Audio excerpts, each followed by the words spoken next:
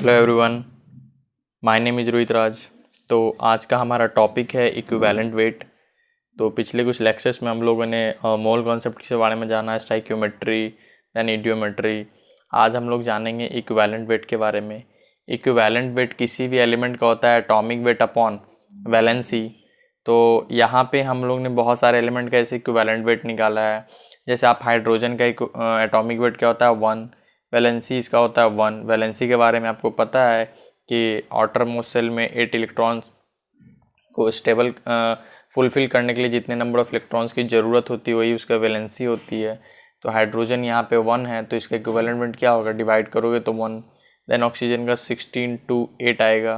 Chlorine का 35 divided by 1 35.5 आएगा। तो ये यहाँ से इक्विवेलेंट वेट हम लोग कुछ इस तरीके से निकालते हैं, ठीक है। फिर कोई ऐसा एलिमेंट्स होता है जो अपना एक वेरिएबल वैलेंसी शो करता है। जैसे इक्विवेलेंट वेट ऑफ किसी भी एलिमेंट का डिफरेंट होता है डिफरेंट कंपाउंड्स के लिए। जैसे आयरन की बात करते हैं तो आयरन का लोअरेस्ट वैलेंसी होता है 2 होता है और हाईएस्ट होता है 3। तो आप उसको दोनों वैलेंसी को यूज कर सकते हैं, ठीक है। जैसे मरकरी के केस में भी होता है, उसका वैलेंसी 1 भी होता है और वैलेंसी मर्क्यूरस का होता है वैलेंसी 1, मर्क्यूरी का वैलेंसी होता है 2। फिर आपका प्लम्बस का होता है केस में, उसका वैलेंसी 2 भी होता है और प्लम्बी का वैलेंसी 4 होता है। तो आइए फिर यहाँ पे बात करते हैं रेफरेंस एलिमेंट्स की। तो रेफरेंस एलिमेंट्स में हम लोगों ने 3 एलिमेंट्स को रेफरेंस माना है। हाइड्रोजन जो होता है इक्विवेलेंट वेट उसका 1 होता है part by wait. Oxygen equivalent weight 8 part by wait. और क्लोरीन होता है equivalent weight 30.55 parts by wait. तो अगर इक्विवेलेंट वेट लिखें यहाँ पे तो उसको क्या लिखेंगे कि the equivalent weight of a substance is the weight of substance which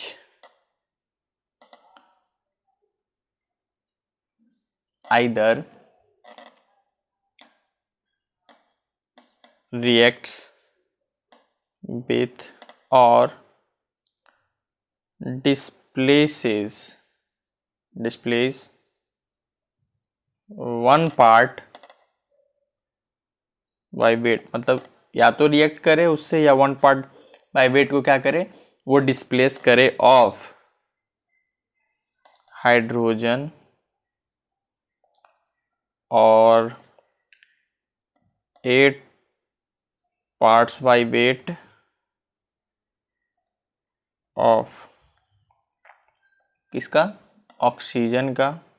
ऊपर बताएं आपको, यानी 8 पार्ट्स बाई वेट ऑफ किसका, ऑक्सीजन का। एंड 35.5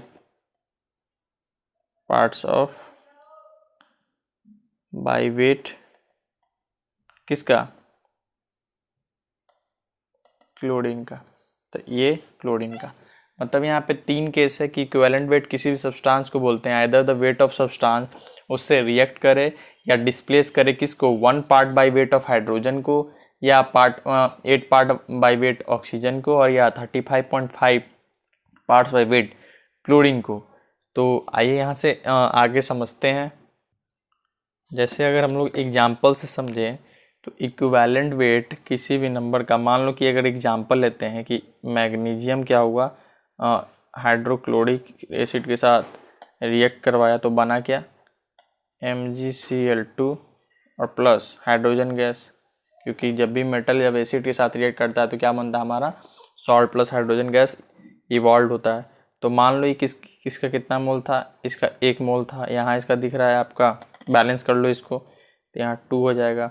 इसका कितना मोल है, Cl का 2 मोल है। उसके कितना प्रोड्यूस्ड हुआ, 1 मोल ये और 1 मोल ये प्रोड्यूस हुआ, ठीक है। तो मान लो कि 1 मोल में इसका कितना ग्राम होगा, 24 ग्राम होगा कि नहीं होगा। इसका कितना होगा, 2 इंटू 1 मोल में इसका 36.5, 2 मोल में 2 से मल्टीप्लाई कर देंगे। इसका MgCl2 का कितना होगा, 95 ग्राम और इसका होगा 2 ग्राम, ठीक है। तो अगर इसको देखें तो इसको इस तरीके से लिख सकते हैं कि 2 part y weight of H2 is equal to 24 parts by weight of mg। ठीक है, तो 2 पार्ट जब H2 का 24 पार्ट बाई वेट mg का ले रहा है, तो अगर वही एक पार्ट की बात करें H2 के केस में तो कितना लेगा, ये 12 part by weight of mg लेगा। इट मीन्स अगर इक्विवेलेंट वेट ऑफ mg निकालें तो कितना हो जाएगा 24 डिवाइडेड बाई 2, तो आ गया ना 12। तो इक्विवेलेंट वेट mg का कितना आ गया 12। ऐसे भी mg को निकाल सकते हैं एटॉमिक वेट अपॉन उसका वैलेंसी। तो मैग्नीशियम का वैलेंसी कितना होता है 2 से डिवाइड कर दोगे तो इसका वैल्यू यहाँ से फाइंड आउट, इक्विवेलेंट वेट उसका यहाँ से निकल गया। ठीक है, तो अब आते हैं एक टर्म पढ़ते हैं किसी फोर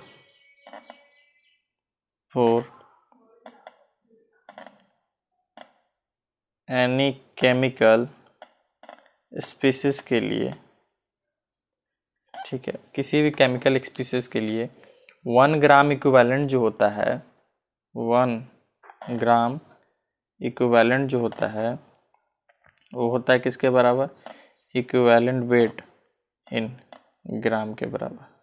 ठीक है, 1 ग्राम जो इक्विवेलेंट होता है वो इक्विवेलेंट वेट इन ग्राम के बराबर होता है। इट मीन्स अगर मान लो एग्जाम्पल लेते कि 4 ऑक्सीजन की बात करें, ठीक है, ऑक्सीजन की बात अगर हम लोग करेंगे तो इसका इक्विवेलेंट वेट कितना होता है हम लोग को पता है, इक्विवेलेंट वेट होता है इसका 8, यानी तो 1 ग्राम इक्विवेलेंट ऑफ ऑक्सीजन भी कितना हो जाएगा 8 ग्राम। अगर मान लो कि mg की बात करें, ठीक है, अगर mg की बात करें तो इक्विवेलेंट वेट कितना होता है इसका, mg का हो जाएगा आपका 12। तो इक्विवेलेंट वेट अगर 12 होगा तो 1 ग्राम इक्विवेलेंट ऑफ mg कितना हो जाएगा, ये भी 12 ही होगा। ठीक है, तो यहाँ से एक बात को नोट डाउन करते हैं, बहुत इम्पॉर्टेंट है। यहाँ से फॉर्मूला हैगा कि ग्राम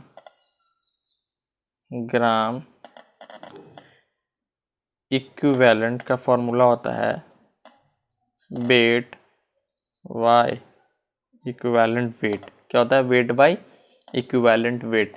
उसी तरह अगर मिली इक्विवेलेंट अगर निकालें तो वो हो जाएगा gram equivalent upon weight by equivalent weight in 2000। ठीक है, तो इसको अगर या वेट बाय इक्विवेलेंट वेट है तो उसको वेट बाय इक्विवेलेंट वेट किसका होता है, आप वहाँ से ग्राम का वैल्यू निकाल सकते हैं। तो जैसे मान लीजिए कि अगर एग्जाम्पल लेते हैं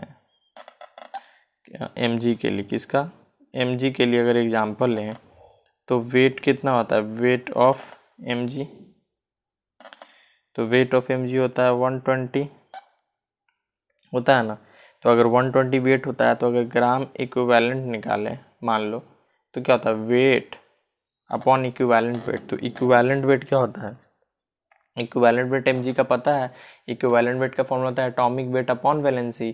तो एटॉमिक वेट में mg का होता है आपका कितना, एटॉमिक वेट होता है 24 और 24/2 12। तो यहाँ अगर 12 से डिवाइड कर दे तो हमारा ग्राम इक्विवेलेंट कितना आ गया 10 आ गया।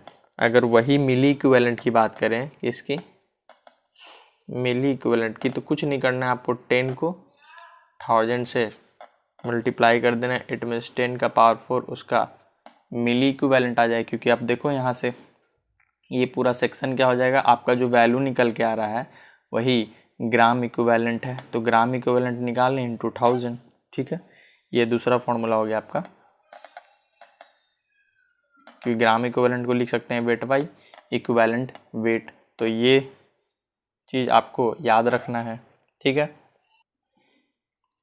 फिर अगला यहाँ पे नया टॉपिक पढ़ते हैं कि determination of equivalent weight of radicals, किसका, रेडिकल्स का। तो किसी भी रेडिकल्स के लिए किसका रेडिकल्स क्या होता है, जो वैलेंसी होता है वो किसके बराबर होता है, न्यूमेरिकल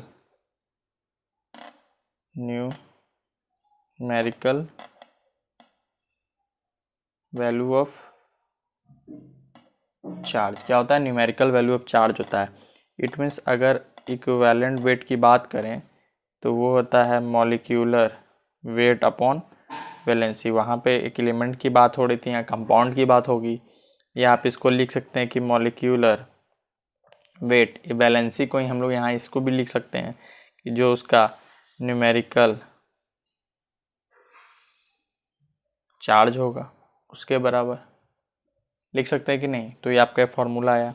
जैसे कि मान लो कुछ एग्जांपल्स लेते हैं कि कुछ रेडिकल्स हैं यहाँ पे, ठीक है, क्या है, रेडिकल्स, यहाँ उस पर चार्ज है, ये उसका वैलेंसी है, और यहाँ आप उसका इक्विवेलेंट वेट फाइंड आउट करना चाह रहे हो। तो मान लो कि पहला अगर लेते हैं NH4+ लेते, इस पर चार्ज कितना है, +1। तो यही जो चार्ज होगा वही इसका वैलेंसी भी होगा। तो इक्विवेलेंट वेट कितना हो जाएगा, 18। तो इक्विवेलेंट वेट तो जानते हैं, इसका मॉलिक्यूलर वेट निकाल लो आप, 14 4 18, 18 को 1 से डिवाइड करोगे 18 ही आएगा। दूसरा लेते हैं SCO3-, तो यहाँ पे इसका कितना हो गया, ये चार्ज हो गया, तो इसका वैलेंसी 1 ही होगा। तो इसका निकालोगे तो मॉलिक्यूलर वेट 61 अपॉन ये। चलो एक और ले लेते हैं, जैसे SO4- लेते हैं, तो मान लो इसका चार्ज कितना हो गया, SO4 2- होता है ना, तो इसका -2 चार्ज हो गया, तो इसका वैलेंसी कितना होगा, 2। तो इसका हो जाएगा 32 और 16 × 64 96। तो 96 अगर 2 करें तो इसका कितना आ जाएगा, 48। तो आप ऐसे किसी भी रेडिकल्स का वैल्यू फाइंड आउट कर सकते हैं, ठीक है। तो यहाँ से समझ गए। तो डिटर्मिनेशन कैसे हम लोग को किसी भी कोवैलेंट बॉन्ड किसी भी कंपाउंड का निकालना है, तो जो उसका वैलेंसी होगा, इट मीन्स वैलेंसी को ही हम लोग क्या बोलते हैं, एन फैक्टर भी बोलते हैं। क्या बोलते हैं, एन फैक्टर बोलते हैं, और उसको ही numerical value of total charge भी बोलते हैं। तो जो यहाँ पे आपका किसी भी कंपाउंड के लिए हम लिख देते हैं, फॉर कंपाउंड जो आपका वैलेंस फैक्टर होता है, जो आपका वैलेंस फैक्टर होता है उसको ही हम लोग एन फैक्टर ही बोलते हैं, या numerical value of total charge, numerical value of total charge. इसमें आपका कैटायन एनायन जो भी है आपका वो चार्ज इसमें आ जाता है। इट मीन्स अगर इक्विवेलेंट वेट निकालना हो तो क्या करेंगे आप, molecular weight upon n factor भी बोल सकते हैं, वैलेंस फैक्टर भी बोल सकते हैं, या कुछ भी आप numerical value of total charge बोल सकते हैं, तीनों से कुछ भी आप बोल सकते हैं, ठीक है। तो बस छोटा सा एक एग्जाम्पल ले लेते हैं। मान लीजिए कि जैसे मान लो कि यहाँ पे HCl है, तो HCl को तोड़ो तो क्या हो जाएगा, H+ होगा ना, H+ और Cl- हो गया। तो इस पर टोटल चार्ज कितना हो रहा है, टोटल चार्ज कैटायन पे +1 है, कैटायन पे +1 और एनायन पे -1 है। तो इसका एन फैक्टर कितना होगा, एन फैक्टर 1 ही होगा, और एन फैक्टर 1 होगा तो इसका इक्विवेलेंट वेट कितना हो जाएगा, 35.5 + 1, तो इक्विवेलेंट वेट हो जाएगा 36.5। ऐसे ही निकालेंगे। चलिए एक और ले लेते हैं। मान लो कि आपका H2SO4 होगा, तो इसको कैसे तोड़ोगे, ये हो जाएगा आपका 2H + SO4 2-। देखो तो इसमें कैटायन पे कितना चार्ज है, इसका +1 है, कैटायन पॉजिटिव चार्ज, सॉरी यहाँ पे 2 हो जाएगा ना क्योंकि 2 है। तो और यहाँ पे SO4 2- पे भी -2 चार्ज, तो इसका वैलेंसी कितना हो जाएगा आपका, 2 हो जाएगा। तो जब वैलेंसी 2 हो गया तो इसको आप जब कैलकुलेट करेंगे तो कितना आ जाएगा, 98 आ जाएगा। तो 98 अपॉन 2, तो कितना आ गया, इसका इक्विवेलेंट वेट आ गया आपका 49। तो समझ गए किसी भी कंपाउंड का हम लोग कैसे वैल्यू फाइंड आउट करेंगे। चलिए एक और एग्जांपल अगर लेते हैं यहाँ पे कि आपका मान लीजिए H2C2O4, तो इसको अगर ब्रेक डाउन करोगे तो आपका आएगा 2H+ और ये C2O4 -2 आएगा, ठीक है।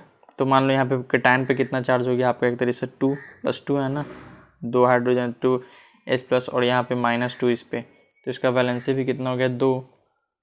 तो इसका जब टोटल आप निकालोगे तो ये हो जाएगा 90/2, 24 तो 26 और 26 से 64 90। तो कितना आ गया इसका इक्विवेलेंट वेट? आ गया आपका 45। तो सीख गए किसी भी कंपाउंड का कैसे हम लोग वैल्यू फाइंड आउट करेंगे।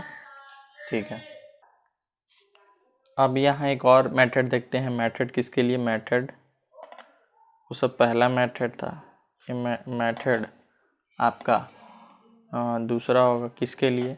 आपका एसिड के लिए, बेस के लिए और साल्ट्स के लिए। ठीक है, इसके लिए एसिड बेस एंड साल्ट्स के लिए। तो इस केस में क्या होगा आपका कि जो भी इक्विवेलेंट वेट ऑफ कंपाउंड होगा वो क्या होगा? इक्विवेलेंट वेट ऑफ केटाइन होगा plus equivalent weight of anion होगा। मतलब किसी भी अगर कंपाउंड का एसिड बेस साल्ट केस में निकाल रहे हैं तो इक्विवेलेंट वेट उस कंपाउंड का क्या होगा? Equivalent weight of cation plus equivalent weight of anion. Example से हम समझते हैं कैसे इसको करेंगे। मान लीजिए कि पहला एग्जाम्पल है NaOH। तो NaOH को क्या लिख सकते हो? Na प्लस OH माइनस ये लिख सकते हो। तो इक्विवेलेंट वेट अगर निकालें, इक्विवेलेंट वेट ऑफ NaOH का तो क्या होगा? Equivalent weight of cation plus equivalent of anion. तो इसका क्या होगा इक्विवेलेंट वेट? इसका हम लोग जानते हैं कि 23 होता है। एटॉमिक वेट वैलेंसी 1, यानी वैलेंसी इसके केस में क्या होगा? जो चार्ज होगा तो +1, प्लस इसके केस में क्या होगा? एटॉमिक वेट 17 होगा कि नहीं, और चार्ज भी 1 है। तो टोटल आप निकाल लोगे तो कितना हो जाएगा इसका इक्विवेलेंट वेट NaOH का? 40 हो जाएगा। ठीक है, दूसरा मान लो एग्जांपल आपको लेते हैं, सपोज Na2CO3। तो इसको कैसे तोड़ोगे? 2Na प्लस और CO3 2 माइनस होगा। ठीक है, तो इसका अगर इक्विवेलेंट वेट हम लोग निकाल लें, इक्विवेलेंट वेट ऑफ किसका? Na2CO3। तो ये क्या हो जाएगा? मान लो Na का कितना होता है? 23।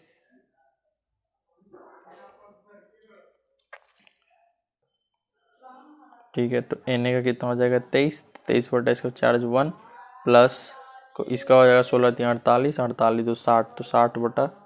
तो इसको जब सॉल्व आउट करेंगे तो कितना आएगा? 53 आ जाएगा। ठीक है, तो यहाँ से ये समझें आप कैसे निकालते हैं हम लोग। अब आते हैं कुछ बातें नोट डाउन करते हैं हम लोग यहाँ पे। ठीक है, कि नोट पहला, अगर कोई मेटल ऑक्साइड है, क्या है?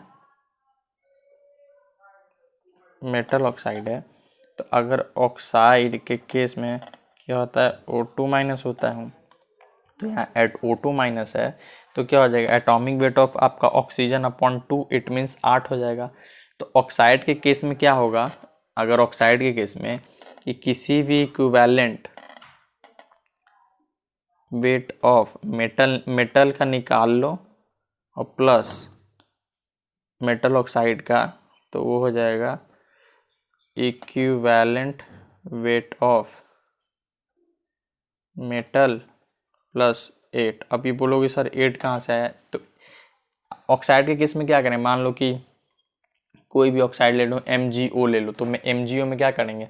हम अलग अलग निकालेंगे। तो Mg का अलग इक्विवेलेंट वेट प्लस ऑक्सीजन का अलग। तो ऑक्साइड के केस में हमेशा ऑक्सीजन तो 8 ही आएगा, 16/2, तो इसलिए 8 ऐड करते चले गए। तो ऐसा ऐसा बहुत सारा केस है। मान लो दूसरा अगर केस लेते हैं कि आपका मेटल सल्फेट लेते हैं। क्या लेते हैं? Metal sulphate.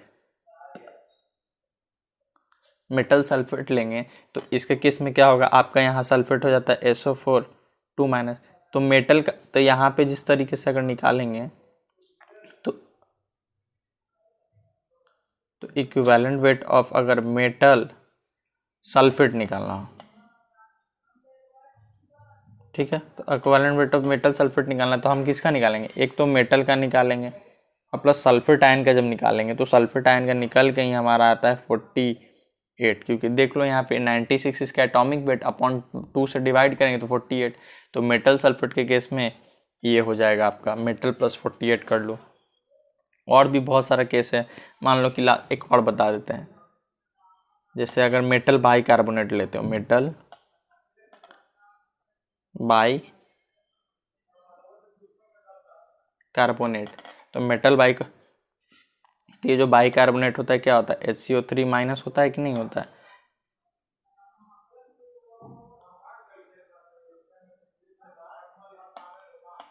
Equivalent weight of metal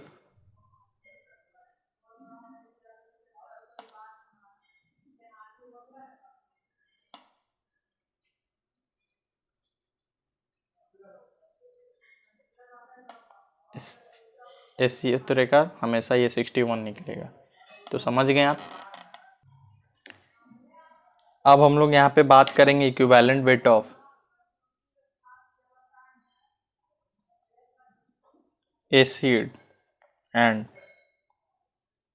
base के बारे में, ठीक है। तो अगर पहला बात अगर हम लोग करें कि इक्विवेलेंट वेट ऑफ एसिड क्या होता है, तो वो होता है आपका उसके molecular weight upon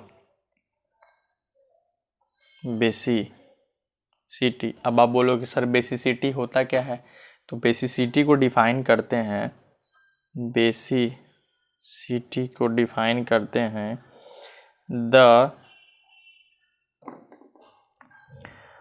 species which donates H+ ion. जो स्पीसीज H+ आयन डोनेट करता है उसी को बेसिसिटी एसिड कहते हैं। तो उसी का टर्म यहाँ पे डिफाइन हुआ है बेसिसिटी। तो जो नंबर ऑफ H+ आयन जो एसिड प्रोड्यूस करता है वही उसका बेसिसिटी ऑफ द एसिड कहलाता है। क्या कहते हैं कि ये तो इसको एसिड बोलते हैं, तो वही द नंबर ऑफ जो H+ ions produced by acid is called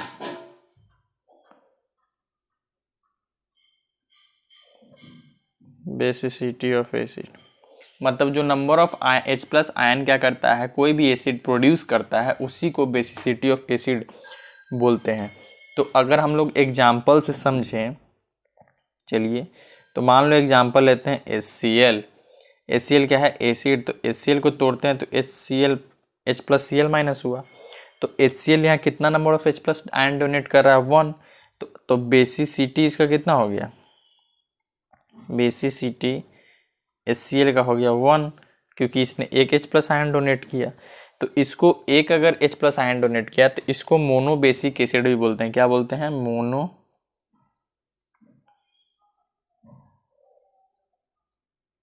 basic acid.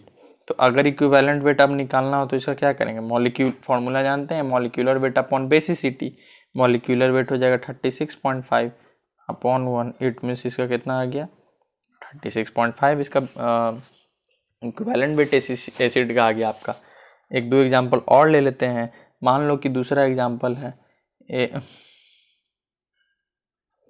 H3PO4 है, ठीक है। तो इसको कैसे तोड़ेंगे, 3H+ और PO4 3 माइनस।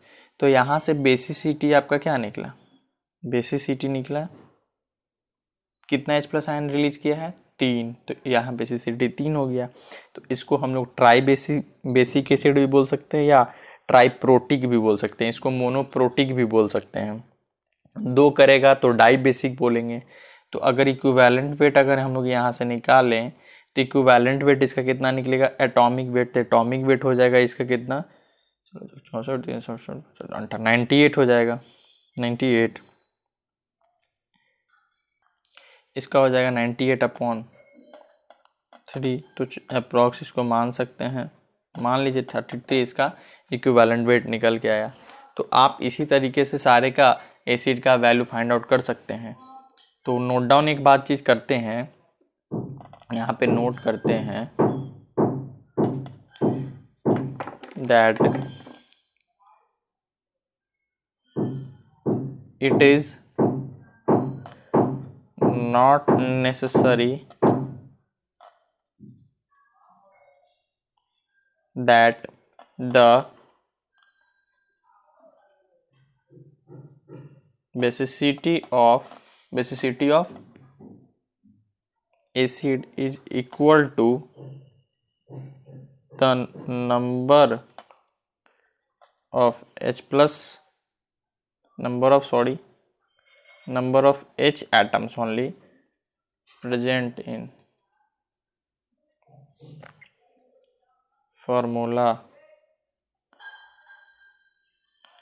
अब ये नहीं कह सकते हो आप हमेशा कि जो किसी भी एसिड का बेसिसिटी डिफाइन होगा कि उसमें नंबर ऑफ H एटम जितना प्रेजेंट होगा उतना ही उसका बेसिसिटी होगा। बेसिसिटी हम लोगों ने बोला था कि बेसिसिटी डिफाइन करता है जो number of H plus ion produce करता है। बेसिसिटी क्या था आपका? जो number of H plus ion produce करता है। जैसे कि अगर हम लोग यहाँ देख रहे हैं कि H3PO2 है, तो अगर इसका चलो स्ट्रक्चर बनाओ तो कुछ इस तरीके से बनेगा आपका। ऑक्सीजन इधर है, ऑक्सीजन और H, ठीक है। तो ये वाला H क्या होगा? ये रिलीज कर रहा है। तो यहाँ से जब ये रिलीज कर रहा है तो यही ना आपका बेसिसिटी कहलाएगा, क्योंकि यहाँ से एक कर रहा है इसलिए यहाँ पे इसका बेसिसिटी क्या होगा? 1 होगा। अगर 2 रिलीज करता है, मान लो कि किसी H3PO2 है, अगर यहाँ पे अगर इसका स्ट्रक्चर मान लो कि कुछ इस तरीके से रहेगा कि P है, यहाँ पे ऑक्सीजन है, इधर O है, इधर H है, इधर भी O है, इधर भी H है और ये H है, तो एक ये रिलीज करा, यहाँ पे ये रिलीज करा, तो इस केस में क्या होगा? बेसिसिटी ये H3PO क्या हो गया? H3PO3 का है, ये किसका है? H3PO3 का है, ये H3PO2 का था, यहाँ पे 2 रिलीज करा, इसमें इट मीन्स इसका बेसिसिटी कितना हो जाएगा? 2 हो जाएगा। तो जितना number of H plus ion वो रिलीज करेगा, प्रोड्यूस करेगा, वही उसका बेसिसिटी कहलाता है। तो अगर यहाँ पे एक और देखें, बोरिक एसिड, क्या बोरिक एसिड के बारे में जाने, तो बोरिक एसिड क्या होता है आपका? H3BO3, या आप उसको बोल सकते हो BOH का होल थ्राइस, आप ये दोनों नाम उसको दे सकते हो, ठीक है। तो यहाँ पे अगर देखें तो मान लो कि अगर स्ट्रक्चर देखें तो B है, ऐसे नहीं करते हैं, OH इधर हो गया, OH यहाँ भी हो गया और OH यहाँ भी हो गया। तो यहाँ से जो इतना हमको जितना plus H plus ion release करेगा, ये जितना H प्लस क्या करेगा? आयन ये रिलीज करेगा, वही उसका बेसिसिटी कहलाएगा, मान लो। तो बोरिक एसिड क्या होता है ना, boric acid H plus ion donate, ions क्या करता है? डोनेट नहीं करता है, एक्सेप्ट वो क्या करता है? OH माइनस वहाँ से वाटर से प्रोड्यूस करता है। तो क्या होता है? इसीलिए इसको हम लोग एक तरीके से लेविस वीक एसिड बोलते हैं। क्या बोलते हैं? वीक एसिड बोलते हैं कि ये H प्लस आयन क्या होता है? डोनेट नहीं कर पाता है, ठीक है। इसीलिए हम लोग इसको लेविस वीक एसिड बोलते हैं। तो लेविस एसिड क्या होता है? लेविस एसिड होता है, लेविस एसिड होता है ऐसा species which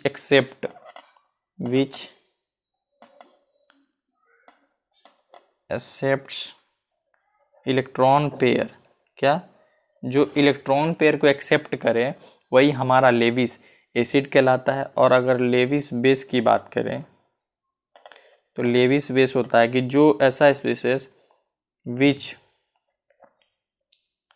donates electron pair. तो इस बात को याद रखिएगा कि जो एक्सेप्ट करता है उसको लेविस एसिड बोलते हैं, क्योंकि यहाँ पे बोरिक एसिड भी H प्लस डोनेट नहीं करता, वो एक्सेप्ट H प्लस को एक्सेप्ट करता है, दैट्स वाई इसको बोरिक एसिड है, लेविस वीक एसिड है। तो लेविस एसिड लेविस बेस के बारे में समझ गए। तो यहाँ H3BO3 क्या होगा? वो बेसिसिटी इसका 1 हो जाएगा। तो वहाँ से आप इसका वैल्यू फाइंड आउट कर सकते हैं। तो अब वहाँ एसिड के बारे में समझ गए। अब यहाँ आते हैं इक्विवेलेंट वेट ऑफ किसके निकालने का? इक्विवेलेंट वेट ऑफ बेस के बारे में पढ़ेंगे कि ठीक है। तो इसका फॉर्मूला क्या होता है? इक्विवेलेंट वेट ऑफ बेस होता है मॉलिक्यूलर वेट अपॉन, यहाँ एसिडिटी बोलते हैं, वहाँ क्या बोलते थे? बेसिसिटी। तो ये formula equivalent weight of base के लिए हो गया। तो आप बोलोगे एसिडिटी क्या होता है? जैसे वहाँ पे स्पीसीज ऐसा जो आपको H प्लस आयन डोनेट करे, उसी तरह ऐसा स्पीसीज जो आपको OH माइनस डोनेट करे वही आपका बेस कहलाता है। और जो number of OH ion produce करता है कोई भी बेस, वही आपका एसिडिटी ऑफ द बेस कहलाता है। ये क्या होता है? ये होता है number of OH minus ions produced by the base, वही कहलाता है एसिडिटी ऑफ द बेस। जैसे कि अगर हम एग्जाम्पल ले लें, एग्जाम्पल लेते हैं बहुत छोटा सा, KOH। तो K क्या है? K प्लस है, OH माइनस है। तो देखो यहाँ पे एसिडिटी इसका कितना निकलेगा? एसिडिटी 1 निकलेगा ना, क्योंकि यहाँ पे एक ही OH माइनस रिलीज किया है। तो इक्विवेलेंट वेट क्या हो जाएगा इसका? बस 56 हो जाएगा, क्योंकि 56/1 कितना होगा? 56 ही होगा। अगर दूसरा एग्जाम्पल लेते हैं, मान लो कि FeOH का होल थ्राइस ले लेते हैं, ठीक है। तो ये क्या हो जाएगा? Fe3 प्लस और 3OH माइनस होगा कि नहीं होगा? ठीक है। तो यहाँ पे इसका एसिडिटी कितना हो गया? एसिडिटी इसका हो गया, एसिडिटी 3 हो गया। तो इसका अगर इक्विवेलेंट वेट हम लोग निकालें तो ये हो जाएगा 56 और प्लस 51 होगा ना, बटा 3। तो ये कितना हो जाएगा? 107/3। ये इसका इक्विवेलेंट वेट हो जाएगा। तो समझ गए आप यहाँ से? तो कुछ इंपॉर्टेंट पॉइंट्स देखते हैं कि इक्विवेलेंट वेट ऑफ किसी भी मोनोबेसिक एसिड का, इक्विवेलेंट मोनोबेसिक एसिड का, इट मीन्स बेसिसिटी क्या होगा? 1 होगा, या इसको कांस्टेंट भी बोल सकते हैं कि मोनोबेसिक एसिड का बेसिसिटी 1 होता है, या मोनो एसिडिक बेस का भी बात करें, एसिड हो या बेस हो, तो क्या होगा? बेसिसिटी एसिडिटी 1 होगा, वो क्या कहलाता है? कांस्टेंट कहलाता है। दूसरा पॉइंट देखेंगे कि इक्विवेलेंट वेट ऑफ क्या? पॉली बेसिक एसिड क्या होगा? हमेशा एक तरीके से ग्रेटर देन 1 होगा, इक्वल नहीं, ग्रेटर देन 1 होगा। और पॉली एसिडिक, ठीक है, बेस, तो इसके केस में बेसिसिटी ग्रेटर देन होगा, इसके केस में एसिडिटी मोर देन 1 होगा। तो इसके केस में क्या होगा? एसिडिटी मोर देन 1 होगा। तो सबका डिफरेंट वैल्यू होगा। इट मीन्स बेसिसिटी का वैल्यू जब की बात करेंगे हम लोग, क्या बेसिसिटी का बात करेंगे तो वो ग्रेटर देन 1 होगा, और एसिडिटी की बात करें तो पॉली किसी का वैल्यू ग्रेटर देन 1 होगा। तो ये वैल्यू आपको याद रखना है, ठीक है। तो जैसे एक एग्जांपल से समझ लेते हैं कि जैसे मान लो कि आपका H2SO4 है, उसको NaOH के साथ रिएक्ट करवाओगे तो क्या बनेगा? NaHSO4 और प्लस H2 बनेगा। तो मान लो अगर H2SO4 है तो इसको ऐसे आप लिख सकते हो कि HHSO4 माइनस और प्लस NaOH। तो क्या होगा? इसको ऐसे लिख सकते हो ना कि Na प्लस HSO4 माइनस लिख सकते हैं कि नहीं, प्लस H2। तो यहाँ पे क्या हो रहा है? इसमें हमको दिख रहा है कि H2SO4 जो था वो एक H प्लस आयन क्या कर रहा है? डोनेट हो रहा है। इट मीन्स अगर हम लोग बेसिसिटी की बात करें तो बेसिसिटी ऑफ क्या होगा? H2SO4 1 होगा कि नहीं होगा, क्योंकि यहाँ पे एक ही H प्लस आयन रिलीज कर रहा है। तो अगर इक्विवेलेंट वेट H2SO4 का निकाले तो कितना हो जाएगा? 98/1। तो हमारा वैल्यू क्या आ जाएगा? 98। तो कितना आसानी से निकल गया। हम लोग कहीं से भी इक्विवेलेंट वेट किसी भी एसिड और किसी भी बेस का किसी भी रिएक्शन से निकाल सकते हैं। तो अगर कभी कंप्लीट न्यूट्रलाइजेशन होता है, मान लो H2SO4 का कंप्लीट, तब यहाँ इसका बेसिसिटी 2 हो जाएगा।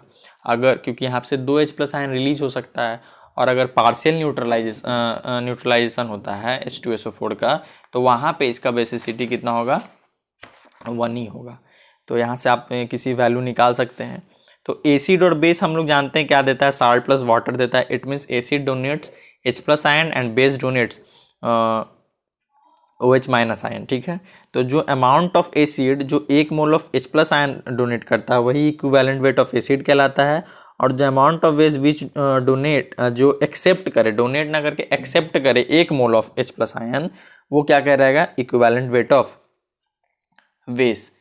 तो इसको लिख देते हैं कि the amount of acid which donates H plus ion, इसको क्या बोलेंगे, इक्विवेलेंट वेट ऑफ एसिड। क्या बोलेंगे, इक्विवेलेंट वेट ऑफ एसिड। और अगर the amount of base which accepts, यहाँ इसको लिख देते हैं, सॉरी 1 मोल लिख देते हैं, 1 mole of H plus ion, तो इसको बोलेंगे इक्विवेलेंट वेट ऑफ क्या, बेस। ठीक है, ये 2 पॉइंट आप क्या करना है, याद रखना है आपको। ठीक है, समझ में आया। जैसे एक एग्जांपल आपको हम समझा देते हैं यहाँ से, कि मान लो कि आपका यहाँ पे NH3 है तो HCl है, तो यहाँ से क्या होगा, NH4Cl बना ना। ठीक है, तो यहाँ से क्या आप देख सकते हैं कि यहाँ पे ये सेक्शन, ये इसको क्या देगा, H प्लस देगा ना, एसिड है इसको। तो ये किस तरह काम करेगा, ये आपका डोनर का काम करेगा, ये एक्सेप्टर का काम करेगा।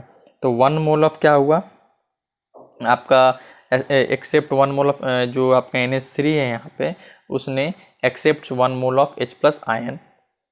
तो इक्विवेलेंट वेट ऑफ इसका अमोनिया का आप निकाल लोगे, कितना हो जाएगा, इक्विवेलेंट वेट NH3 का क्या हो जाएगा, एसिड का बताए थे 1 मोल के लिए, तो वही उसका सेम डिवाइड कर दो, एटॉमिक वेट हो जाएगा 17/1, तो आंसर 17 ही आएगा।